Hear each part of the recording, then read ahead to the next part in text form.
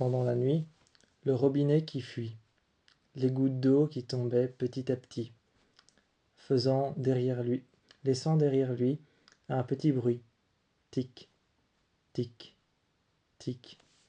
Les gouttes d'eau tombaient les unes après les autres, encore et encore, laissant le bruit métallique à l'intérieur de l'évier.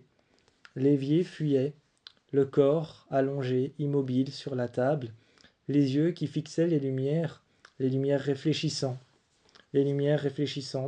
les yeux qui fixaient les lumières réfléchissantes, et ce bruit métallique, encore, sur les scalpels qui étaient posés à l'intérieur de l'évier, sur le côté. Des scalpels qui étaient couverts de sang. Mais sans plus, le corps sur la table froide, et ce corps qui ne bougeait pas. Une réalité paralysée, paralysée par ce corps sur la table, qui fixait les lumières réfléchissantes, mais même la lumière sur le côté, qui scintillait un petit peu, que l'on pouvait entendre. Cette lumière qui s'éteignait et qui s'allumait un petit peu plus vite, et qui parfois s'éteignait et se rallumait. On pouvait entendre le bruit du néon à l'intérieur de la lumière, penché sur le côté, relié à un câble électrique, juste au-dessus de l'évier. On continuait à entendre ce bruit métallique et les gouttes d'eau qui tombaient à l'intérieur de l'évier. Alors que ce n'était qu'un rêve, le lendemain, Cooper était arrivé devant sa porte. Il avait hésité à pousser la porte pour pouvoir l'ouvrir. Il est resté là, assis par terre longtemps, puis Matt est arrivé.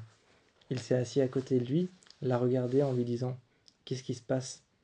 Il l'a pris contre lui et Cooper a dit « Je sais pas, j'ai l'impression qu'il se passe quelque chose. » Finalement, il s'est levé et a essayé de poser sa main sur la porte.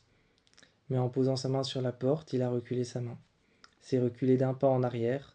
Matt a finalement posé sa main sur la porte et lui a dit « Vas-y, rentre ». Enfonçant la clé juste à l'intérieur de la porte, il tourna une seule fois, puis une deuxième fois, puis une troisième fois, puis prit la poignée en main et la baissa lentement.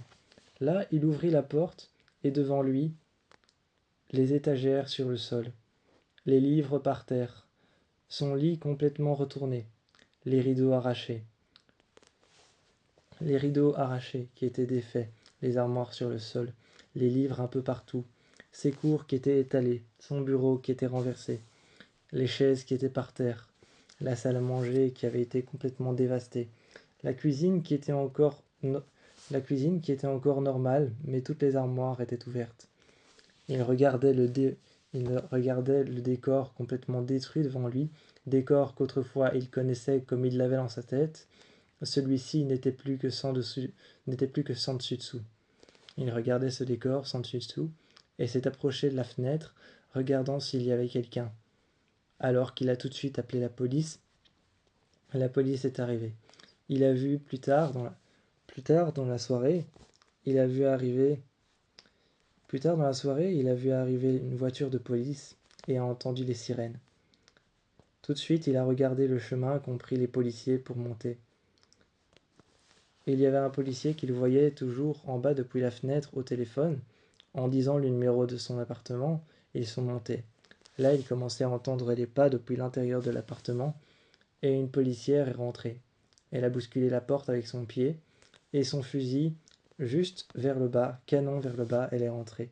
En regardant l'état des lieux, elle a demandé s'il n'avait ne serait-ce qu'une idée de qui avait fait ça.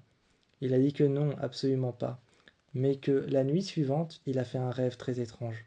Cela pouvait être une piste. Il a raconté ce qui s'était passé juste avant. La policière est restée un peu, et certains policiers et certaines policières sont venus voir. Ils ont fait le tour de l'appartement, le tour des chambres et ont regardé un peu partout, en s'excusant de rentrer à l'intérieur de la vie privée de Cooper et de Matt.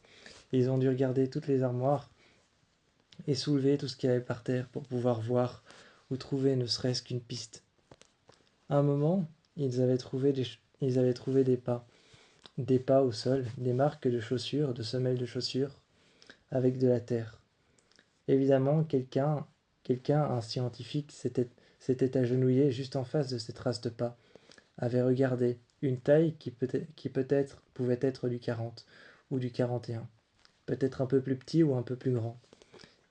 Et les photos ont commencé à être prises à droite, à gauche. Le bruit du flash juste avant qui faisait ce bruit très aigu, et ensuite les quelques photos prises. Lorsqu'ils sont repartis, ils ont simplement pris la déposition de Matt et simplement pris la déposition de Cooper. L'appartement était sans dessus-dessous, et ils ont mis tous les deux toute une soirée à le remettre en ordre. Mais même une fois que tout était remis en ordre, assis sur le fauteuil, Cooper avait l'impression que le bazar était encore là, que tout ce qui avait été jeté au sol était encore là, même les armoires remises contre le mur, même les chaises remises en dessous de la table, et même tous les livres rangés dans la bibliothèque, ou leurs affaires de cours rangées correctement sur le bureau. Même comme ça, même tout remis après quelques heures de rangement, assis sur le fauteuil, avec son sac et avec ses cours, Cooper avait toujours l'impression que tout était encore sans dessus-dessous. Mais il regardait un appartement complètement rangé.